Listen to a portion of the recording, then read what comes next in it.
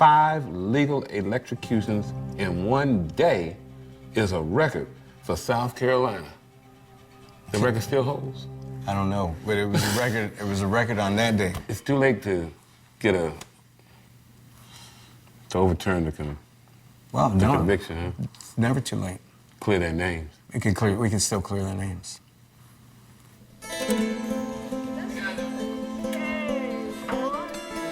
What's up, Red?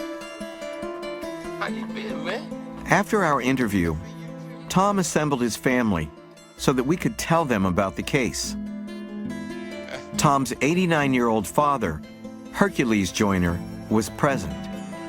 Mr. Joyner, sadly, passed away a month after our visit. Why were the brothers accused of murder in the first place? What kind of evidence did the state have? Who was the chief witness? And most importantly, was justice really served here? They had to have somebody who was guilty. So we, the black man, was a prime suspect. So they named him. No problem. That's the way. That's the way it was. That's the way I believe. Sounds a lot like justice in the United States during that time. Sometimes even justice to this day. Right. Like, for example, the young boys in Louisiana. Yeah, absolutely.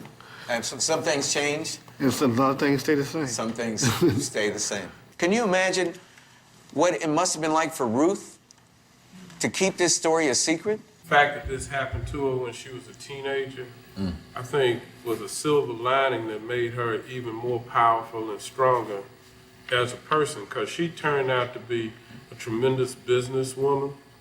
She was a school teacher. She had a master's from Pennsylvania. She owned a florist shop. She had a travel agency. She had a service station. She was a powerful, powerful woman. It's amazing. Not just a black woman, she was a powerful woman. And some people would have crumbled if this had happened to them. And then to leave so abruptly. I mean, had anybody heard about an electrocution in this room? You hadn't heard about it. Grandmama never talked about it? Well, no, I didn't talk about it a lot. It would slip out. Why do you think she didn't want to talk about it? Why didn't... I don't know. People didn't talk about slavery and hard times, a lot of them. But it was told to you in deep, dark secret, hush, hush. They just tried to avoid.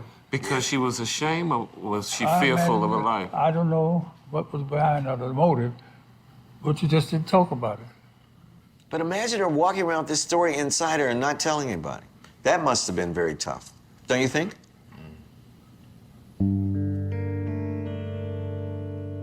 Once the wheels of justice had been set in motion, there would be no escape for Tom's great uncles. Tom's grandmother repressed the painful truth of this tragic story, a story too painful to remember, too heartbreaking for a family to repeat. But what if, given the choice, you could escape the harshest and most painful aspects of being black in America? What would be the price of betraying your birthright?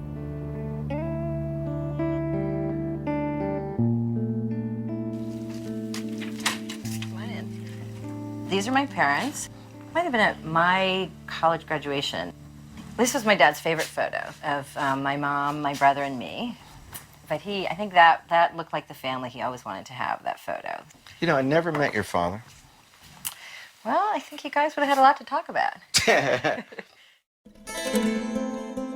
Bliss Broyard's father, Anatole Broyard, worked as a literary critic for the New York Times until his death in 1990. An historic achievement for an African-American writer, except that most people at the New York Times, and even his own children, didn't know that he was black. Bliss learned the truth of his ancestry shortly before he died. In a new book, she's explored his past to try to make sense of the choices that he made. I published an essay in The New Yorker about Bliss's father and how he passed for white. This is the first time that Bliss and I have seen each other since she read that article in 1996. There was a conscious moment when your father decided to pass, to indicate that he was not black, but he was white, right? Yeah. Okay, when was that?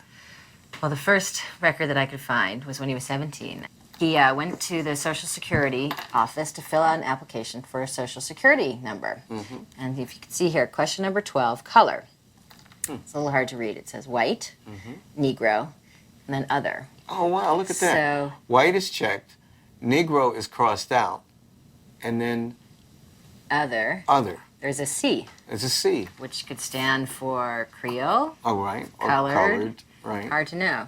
So, He was a little bit of the all the above. Yeah, exactly. You know, all. but I, part of me wondered, like, how did he hand this form in? Yeah. And it was accepted.